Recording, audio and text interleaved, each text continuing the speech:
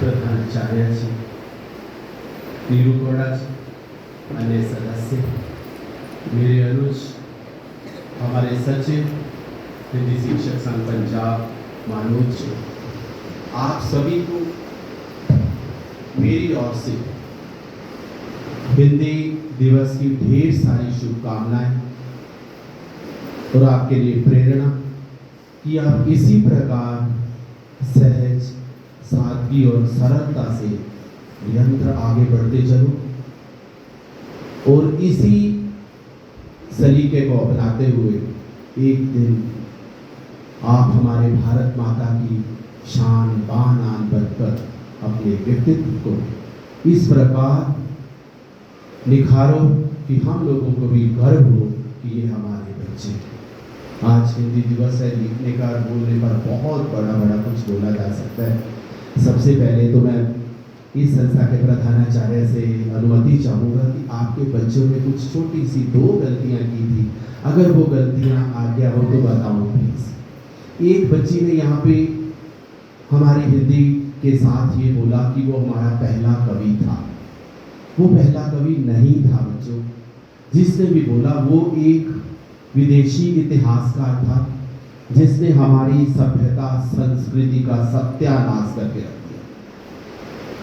भारत की सभ्यता संस्कृति प्राचीन धरोहर वेदों पुराणों की भाषा है जिस पर हम सभी को गर्व है, लेकिन जब इस सभ्यता संस्कृति में विदेशी समावेश हुआ उसी समय हम प्रतिदिन गिरावट की ओर बढ़ते जा रहे हैं।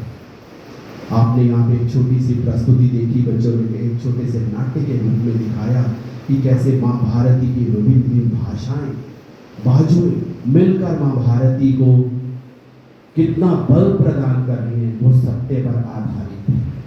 अंग्रेजी भी उसका ही हिस्सा है, मराठी, तमिल, वो अन्य भाषाएं भी उसी का हिस्सा है। परंतु कई बार ऐसे लगता है कि माँ भारती के आंगन को कोई खींच रहा है। माँ भारती की बिंदी की जो आभा है किसी से देखी नहीं जा रही। माँ भारती की जो इतनी प्रतिभा फैलती जा रही है वो लोगों को पीड़ित करती जा रही है। तो इसके दिन प्रतिदिन माँ भारती को चुनौतियों का सामना करना पड़ता है। तो वही सामना था विदेशी भाषा का हमारी सभ्यता संस्कृति में समावेश होगा। उन विदेशियों ने जैसे जैसे चाहा अपने मन से हमारे ऐतिहासिक ग्रंथों को उनकी ट्रांसलेशन कर दी, तो उसने हिंदी साहित्य का ट्रांसलेशन करके मंथन करके उनका काल विभाजन किया था। वो पहला कवि या पहला इतिहासकार नहीं था, उसको नहीं बोला। वो ग्यासुद्दीन त्रासवी जो 2 है जिसका आपने नाम बोला है, एक बच्ची ने यहाँ पे अपने भाषण में बोला, तो बिटिया उस इंसान ने हमारी काल विभाजन की है। हिंदी साहित्य का काल विभाजन करके हमें बताया ये आदि काल है, वीर गाथा काल है, आधुनिक काल है, चरण काल है, ऐसे काल करके उन्होंने हमें हमारे अलग अलग से उनको काल बंद किया है, ना कि वो हमारे पहले कवि थे। तो अब मैं अपने मुख्य विषय पर आता हूँ। बच्चों, आज की जो सबसे प्रथम चीज आती है वो हिंदी क्या है। अगर आप सच में चाहो कि ये राजभाषा को राष्ट्रभाषा बनाना है तो किसने रोका है? आप अपने घर में हिंदी बोलो, आप बाहर हिंदी बोलो, आप हिंदी के साथ अपनी माँ बोली को भी बोलो।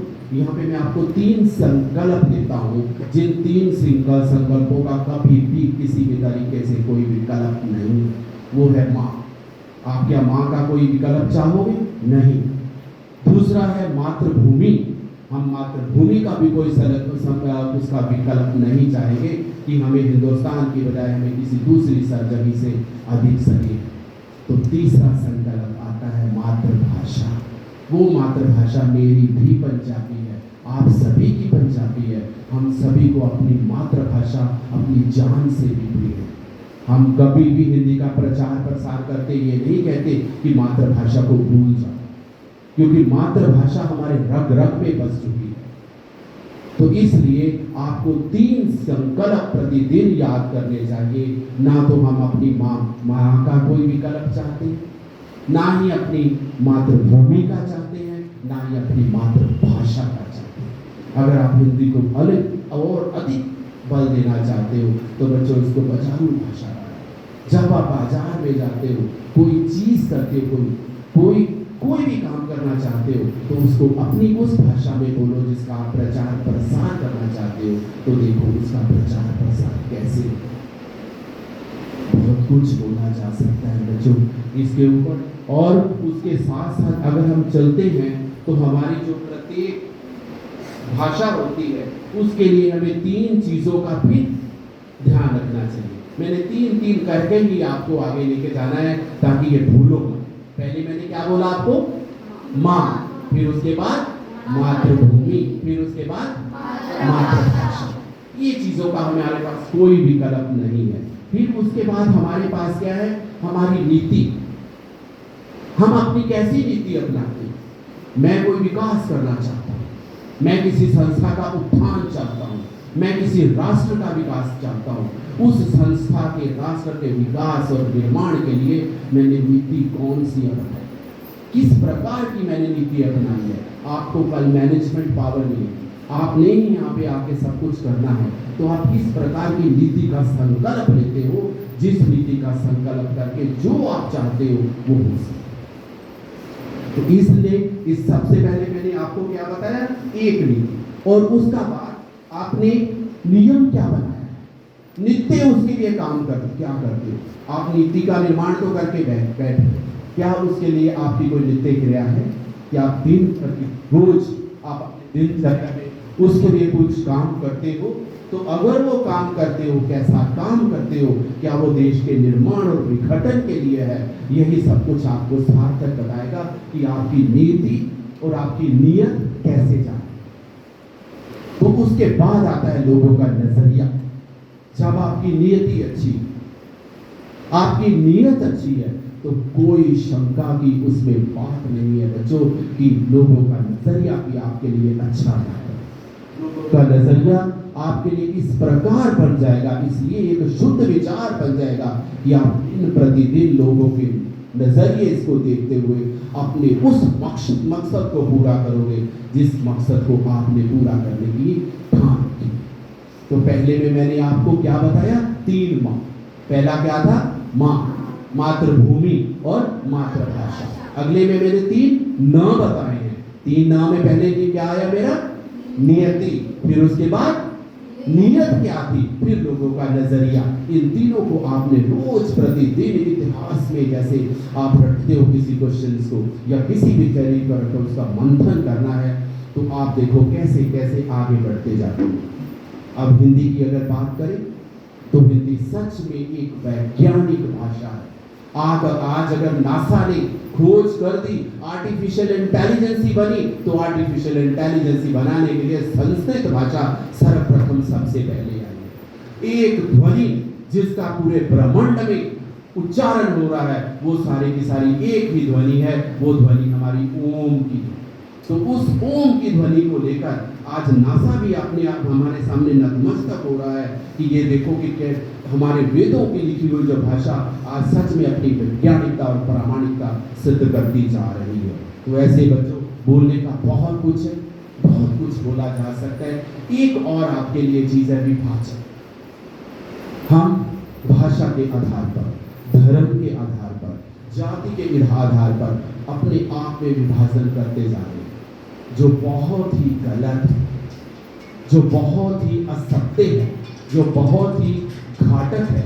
अगर इस चीज के ऊपर भी आपने थोड़ा सा बच्चों आने वाले समय में देखा कि हमें भाषा के आधार पर, हमें किसी और चीज के आधार पर आपस में विभाजन नहीं करना, मिलजुल कर रहना है, तो माँ भारती की जो बिंदी जैसे चमकती थी वैसे ही चमकेगी।